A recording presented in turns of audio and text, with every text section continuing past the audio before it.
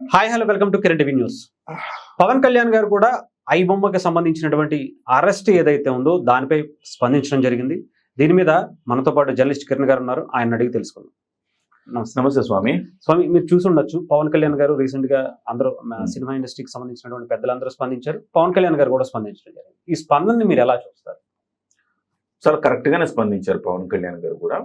అంటే కొన్ని వందల వేల కోట్ల రూపాయలు సినిమా ఇండస్ట్రీకి నష్టం చేస్తున్న ఐబొమ్మ రవిని అరెస్టు చేయడం అనేది అత్యావశ్యకం. ఖచ్చితంగా అరెస్ట్ చేసి తీరాలి. ఆ అంశంలో తెలంగాణ పోలీసును మనం అభినందించాలి. కొరకరాని కొయ్యలా తయారయ్యాడు అతను. దాదాపుగా ఒక 5-6 ఏళ్లుగా ఒక ఆట ఆడుకుంటున్నాడు సినిమా ఇండస్ట్రీని. అలాంటి వ్యక్తిని అరెస్ట్ చేయడం అనేది ఒక మంచి శుభ పరిణామంగా చెప్పాలి. సో ఎంతో మంది మనం భారతదేశం గర్వించదగ్గ సినిమా ఒకవైపు తీసుకుపోతుంటే వాటిని పైరసీ చేసి ఈ రకంగా సైట్స్ లో పెడతా ఉంటే అది తప్పే కదా. ఆ నేరానికి గాను అతన్ని తీసుకున్నారు. ఓకే, అద్భుతమైన టాలెంట్ అతను. ఖచ్చితంగా అతని టాలెంట్ ని ఏదో ఒక రూపంలో భారత ప్రభుత్వం అంటే ఆంధ్రప్రదేశ్ తెలంగాణ ప్రభుత్వం అతని టాలెంట్ ని వాడుకోవాలి. ముళ్ళుని ముళ్ళుతోనే తీయటం అనే సామెతను మనం వినే ఉంటాం కదా. ఇవాళ అతను అరెస్ట్ చేసిన తర్వాత అతని ద్వారానే ఈ తమిళ్ రాకర్స్ అను ఇంకోటను అనేక సైట్స్ పైరసీలు ఉన్నాయి. వాటన్నింటిని కూడా అరికట్టాలి. చాలా మంది అనుకుంటున్నారు ఐబొమ్మ రవిని అరెస్ట్ చేసేస్తే ప్రక్షాళన జరిగిపోయింది అనుకుంటున్నారు. అది తప్పు. ఐబొమ్మ రవికి ముందే చాలా మంది పైరసీ వీడియోలు చేసి ఈ సైట్స్ లో పెట్టేవాళ్ళు. కాకపోతే ప్రాబ్లం ఏంటంటే అవి అంత క్లియర్ గా ఉండేవి కాదు. కానీ ఇవాళ ఐబొమ్మ రవి వచ్చిన తర్వాత ఆ టెక్నాలజీని ఎలా దొంగిలించాడో ఏమో తెలియదు, కానీ మొత్తం మీద హెచ్డి క్వాలిటీ ఉండే ప్రింట్లు అలా తీసుకొచ్చి సైట్లలో పెడతా ఉన్నాడు. సో ఇది ఒక రకంగా చూస్తే అతను అద్భుతమైన టాలెంట్ అబ్బురపడాలా లేకపోతే దుర్వినియోగం చేస్తున్నాడని బాధపడాలా అర్థం కాని పరిస్థితి. ఆ వ్యక్తిని ఖచ్చితంగా ముళ్ళుతోనే తీయాలని మిగతా సైట్స్ నుండి ఆపలేకపోయారు. ఇప్పటి వరకు ఆపారా? కాకపోతే సినిమా ఇండస్ట్రీ కూడా లైట్ తీసుకుంది. ఆ ప్రింట్లు సరిగా లేవు కాబట్టి పెద్దగా జనం ఆదరించారు. ఖచ్చితంగా థియేటర్ వచ్చే చూస్తారని వాళ్ళకి ఒక కాన్ఫిడెన్స్ ఉండింది. కానీ ఎప్పుడైతే హెచ్డి ప్రింట్లు పెట్టాడో వాళ్ళు కూడా ఒక రకంగా డంగ్ అయిపోయారు.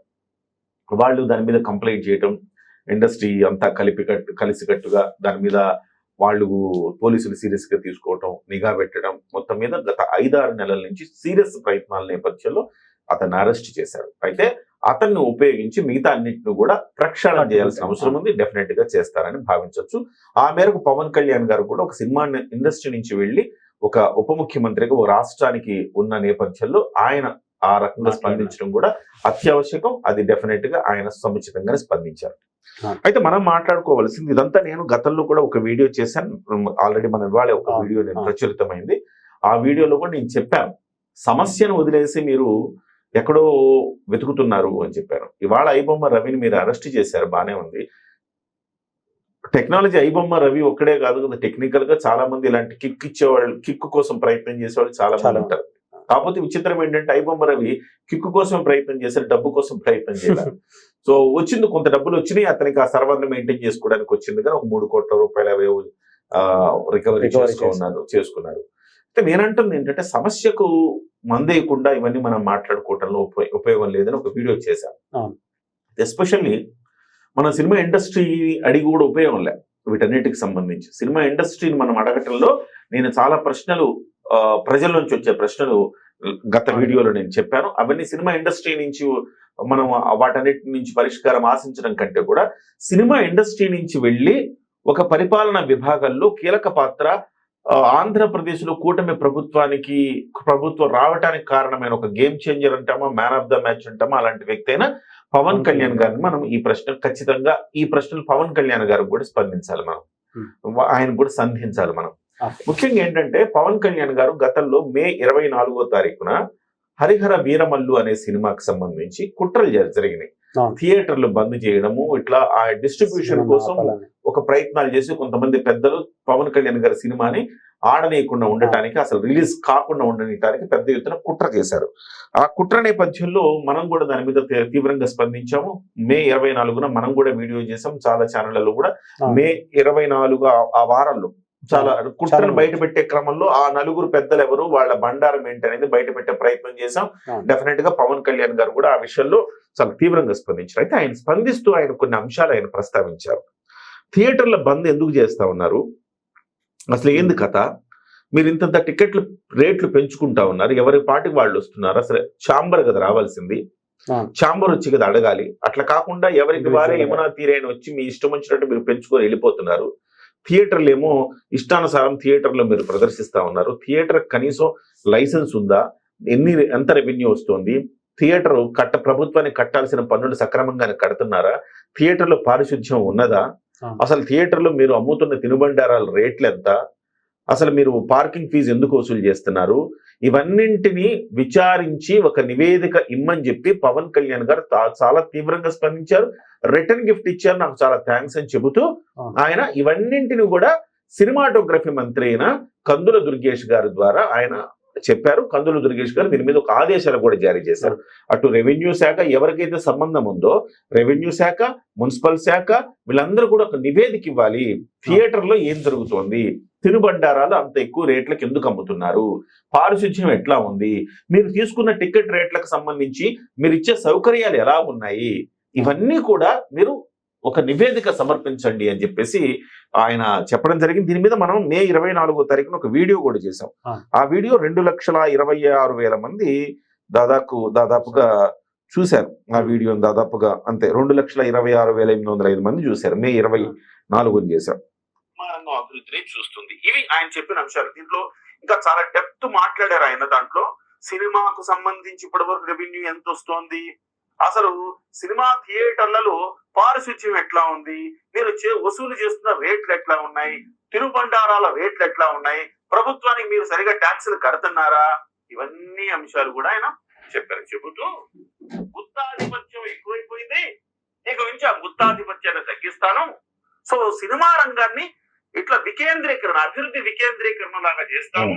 ఇది సో అప్పుడు నేను చేసిన వీడియో, మన ఛానల్లోనే నేను చేసిన వీడియో. ఇతర ఛానల్లో కూడా మొత్తం కూడా ఒక సంచలనం సృష్టించింది ఆ రోజు.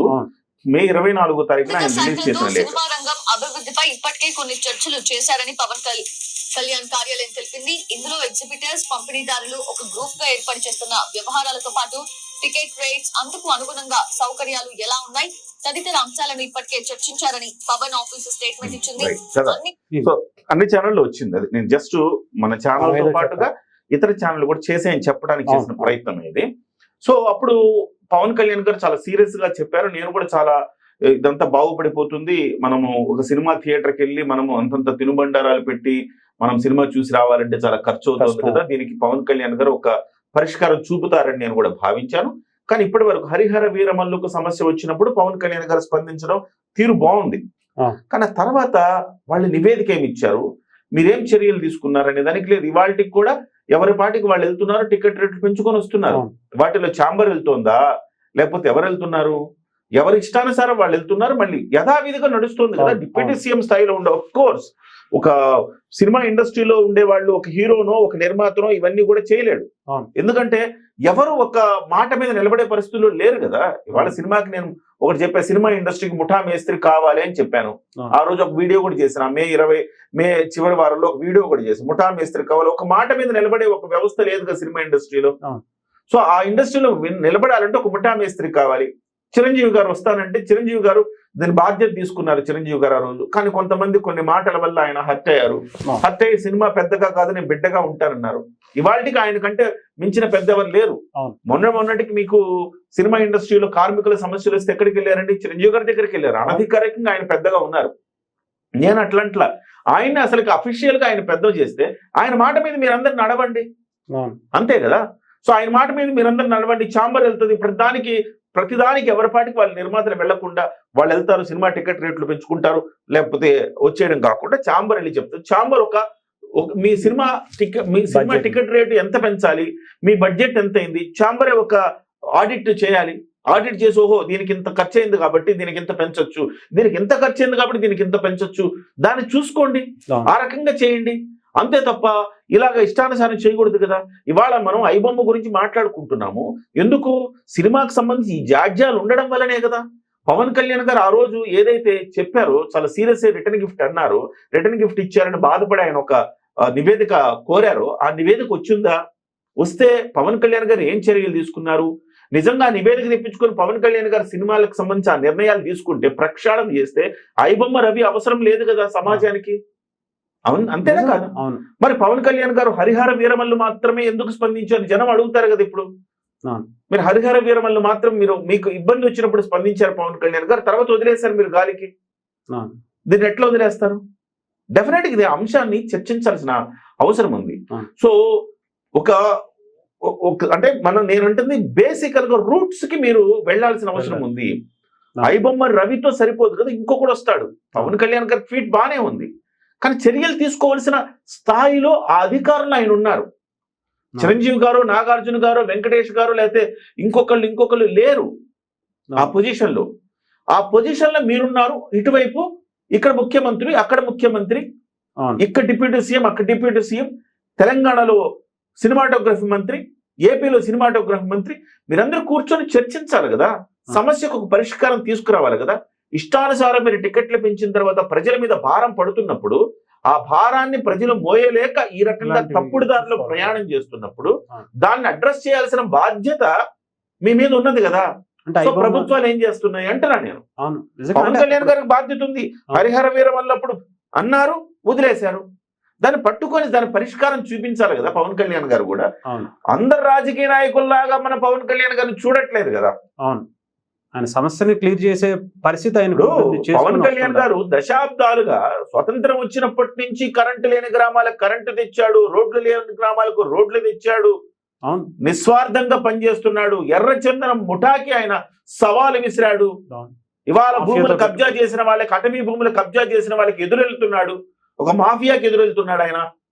సో ఇవన్నీ కూడా ప్రజల సొమ్మును కాపాడడానికి ఆయన అద్భుతంగా పనిచేస్తున్నారు. కానీ ఇది కూడా ప్రజలకు సంబంధించిందే కదా అంటున్నా. నిజమైన. సో సినిమా ఇండస్ట్రీ నుంచి వెళ్ళిన మీకు ఇంకా ఎక్కువ సమస్య తీవ్రత తెలుస్తుంది, బాధ్యత కూడా ఎక్కువ ఉంది. అటువంటిప్పుడు మీరు కదా చేయాలి. సో దయచేసి పవన్ కళ్యాణ్ గారు ఈ విషయంలో జోక్యం చేసుకోవాలని నేను కోరుతున్నా. మళ్ళీ ఆ నివేదిక ఏదో తెప్పించుకోండి. ఆ నివేదిక తెప్పించుకొని దాని మీద వెంటనే మీరు చర్యలు తీసుకోండి. ప్రజలు మీ నుంచి ఆశిస్తున్నారు. అది ఏదేమైనా కానీ ఐబొమ్మ వల్ల సినిమా రేట్లు ఇప్పుడు అది పట్టుకోవడం వల్ల, ఆగిపోవడం వల్ల సినిమా రేట్లు తగ్గిపోతాయి అంటే అది కూడా చెప్పను. సో ఏదేమైనా సరే ఇలాంటి చర్యలు పవన్ కళ్యాణ్ లాంటి వ్యక్తులు, ఆయన ఇప్పుడు ఒక మంచి హోదాలో ఉన్నారు కాబట్టి ఆయన లాంటి వ్యక్తులు ఒక మంచి నిర్ణయాలు తీసుకుంటే బాగుంటుంది అనేది కిరణ్ గారి అభిప్రాయం. Thank you.